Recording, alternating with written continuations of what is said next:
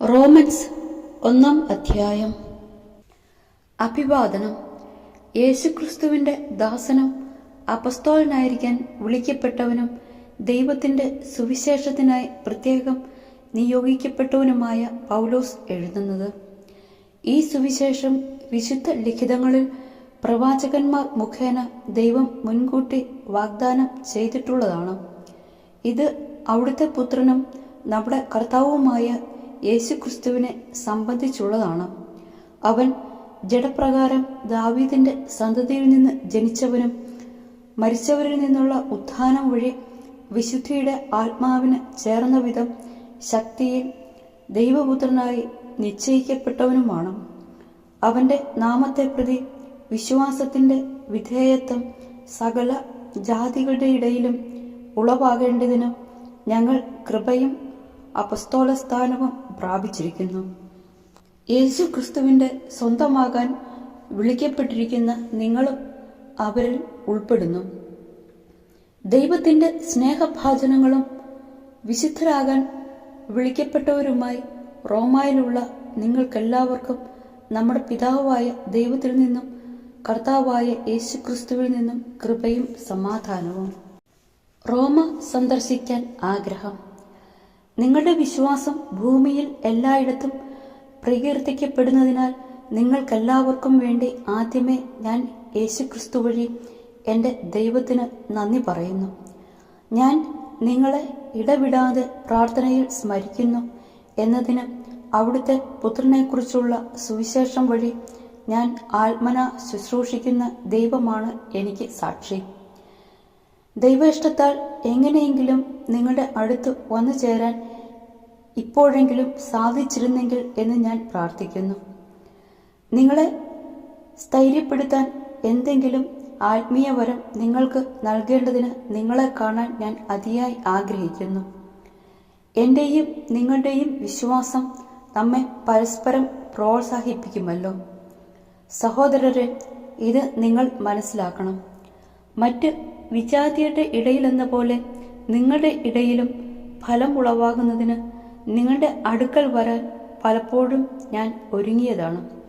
എന്നാൽ ഇതുവരെയും എനിക്ക് തടസ്സം നേരിട്ടുകൊണ്ടിരിക്കുകയായിരുന്നു. ഗ്രീക്കുകാരോടും അപരിഷ്കൃതരോടും വിജ്ഞാനികളോടും അജ്ഞന്മാരോടും ഞാൻ കടപ്പെട്ടവനാണ്. അതുകൊണ്ടാണ് റോമായിലുള്ള നിങ്ങളോടും സുവിശേഷം പ്രസംഗിക്കാൻ ഞാൻ തീവ്രമായി ആഗ്രഹിക്കുന്നത്. സുവിശേഷത്തെപ്പറ്റി ഞാൻ ലജ്ജിക്കുന്നില്ല. എന്നാൽ വിശ്വസിക്കുന്ന ഏവർക്കും, ആദ്യം യഹൂദർക്കും പിന്നീട് ഗ്രീക്കുകാർക്കും, അത് രക്ഷയിലേക്ക് നയിക്കുന്ന ദൈവശക്തിയാണ്. അതിൽ വിശ്വാസത്തിൽ നിന്ന് വിശ്വാസത്തിലേക്ക് നയിക്കുന്ന ദൈവത്തിന്റെ നീതി വെളിപ്പെട്ടിരിക്കുന്നു. നീതിമാൻ വിശ്വാസം വഴി ജീവിക്കും എന്ന് എഴുതപ്പെട്ടിരിക്കുന്നുവല്ലോ. മനുഷ്യന്റെ തിന്മ. മനുഷ്യരുടെ സകല ദുഷ്ടതയ്ക്കും അനീതിക്കുമെതിരായി ദൈവത്തിന്റെ ക്രോധം ആകാശത്തു നിന്ന് പ്രത്യക്ഷപ്പെടുന്നു. അവർ തങ്ങളുടെ അനീതിയിൽ സത്യത്തെ തളച്ചിടുന്നു. ദൈവത്തെക്കുറിച്ച് അറിയാൻ കഴിയുന്നതൊക്കെ അവർക്ക് വ്യക്തമായി അറിയാം. ദൈവം അവയെല്ലാം അവർക്ക് വെളിപ്പെടുത്തിയിട്ടുണ്ട്.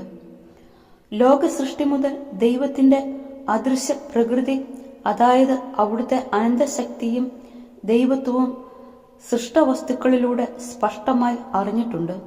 അതുകൊണ്ട് അവർക്ക് ഒഴികഴിവില്ല. അവർ ദൈവത്തെ അറിഞ്ഞിരുന്നെങ്കിലും അവിടുത്തെ ദൈവമായി മഹത്വപ്പെടുത്തുകയോ അവിടുത്തേക്ക് നന്ദി പ്രകാശിപ്പിക്കുകയോ ചെയ്തില്ല. മറിച്ച് അവരുടെ യുക്തിവിചാരങ്ങൾ നിഷ്ഫലമായി തീരുകയും വിവേകരഹിതമായ ഹൃദയം അന്ധകാരത്തിലാണ്ടുപോവുകയും ചെയ്തു. ജ്ഞാനികളെന്ന് അവകാശപ്പെട്ടുകൊണ്ട് അവർ ഭോഷന്മാരായി തീർന്നു. അവർ അനശ്വരനായ ദൈവത്തിന്റെ മഹത്വം നശ്വരനായ മനുഷ്യന്റെയോ പക്ഷികളുടെയോ മൃഗങ്ങളുടെയോ ഇഴജന്തുക്കളുടെയോ സാദൃശ്യമുള്ള വിഗ്രഹങ്ങൾക്ക് കൈമാറി. അതുകൊണ്ട് ദൈവം അവരെ തങ്ങളുടെ ഭോഗാസക്തികളോടുകൂടെ ശരീരങ്ങൾ പരസ്പരം അപമാനിതമാക്കുന്നതിന് അശുദ്ധിക്ക് വിട്ടുകൊടുത്തു. എന്തെന്നാൽ അവർ ദൈവത്തിന്റെ സത്യം ഉപേക്ഷിച്ച് വ്യാജം സ്വീകരിച്ചു. അവർ സൃഷ്ടാവിലുമുപരി സൃഷ്ടിയെ ആരാധിക്കുകയും സേവിക്കുകയും ചെയ്തു. അവിടുന്ന് എന്നേക്കും വാഴ്ത്തപ്പെട്ടവനാണ്. ആമേൻ. അക്കാരണത്താൽ ദൈവം അവരെ നിന്ദ്യമായ വികാരങ്ങൾക്ക് വിട്ടുകൊടുത്തു. അവരുടെ സ്ത്രീകൾ സ്വാഭാവിക ബന്ധങ്ങൾക്ക് പകരം പ്രകൃതി വിരുദ്ധ ബന്ധങ്ങളിലേർപ്പെട്ടു. അതുപോലെ പുരുഷന്മാർ സ്ത്രീകളുമായുള്ള സ്വാഭാവിക ബന്ധം ഉപേക്ഷിക്കുകയും പരസ്പരാസക്തിയിൽ ജ്വലിച്ച് അന്യോന്യം ലജ്ജാകര കൃത്യങ്ങളിൽ ഏർപ്പെടുകയും ചെയ്തു. തങ്ങളുടെ തെറ്റിന് അർഹമായ ശിക്ഷ അവർക്ക് ലഭിച്ചു. ദൈവത്തെ അംഗീകരിക്കുന്നത് പോരായ്മയായി അവർ കരുതിയത് നിമിത്തം അധമ വികാരത്തിനും അനുചിത പ്രവൃത്തികൾക്കും ദൈവം അവരെ വിട്ടുകൊടുത്തു. അവർ എല്ലാത്തരത്തിലുമുള്ള അനീതിയും ദുഷ്ടതയും അത്യാഗ്രഹവും തിന്മയും നിറഞ്ഞവരാണ്. അസൂയ, കൊലപാതകം, ഏഷണി, കലഹം, വഞ്ചന, പരദ്രോഹം എന്നിവയിൽ അവർ മുഴുകുന്നു. അവർ പരദൂഷകരും ദൈവനിന്ദകരും ധിക്കാരികളും ഗർവിഷ്ഠരും പൊങ്ങച്ചക്കാരും തിന്മകൾ ആസൂത്രണം ചെയ്യുന്നവരും മാതാപിതാക്കളെ അനുസരിക്കാത്തവരും ബുദ്ധിഹീനരും അവിശ്വസ്തരും ഹൃദയശൂന്യരും കരുണയില്ലാത്തവരും ആയിത്തീർന്നു.